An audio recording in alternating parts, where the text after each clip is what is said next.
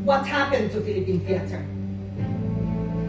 What happened to the theater that is derived not from fad or fashion, but from urgency and involvement? Anong nangyari? Ano na? Nangyari? Nagbulag-bulagan ba tayo? Nagbingi-bingihan? Nagtanga-tangahan? Hindi ko alam kung kayo ay pagod o takot o yung pinakamasama sa lahat. Manhid. Wala na ba tayong pakiramdam? Wala na ba tayong boses?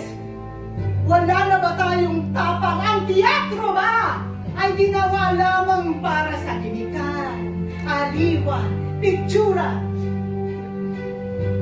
Ang teatro ay kapangyarihan.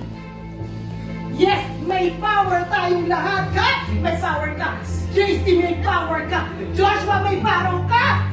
Direk, may power ka. Miss, may power ka. Dahil may talino tayo, ninanakawan na tayo ng harap-harapan. Ninoloko. Inuuto-uto. Pagkatapos ang ipapalabas ninyo, kababawan.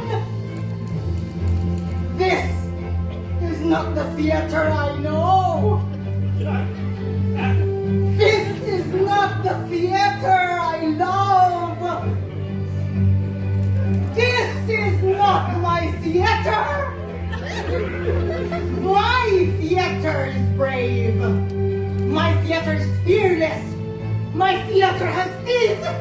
My theater fights. Yes,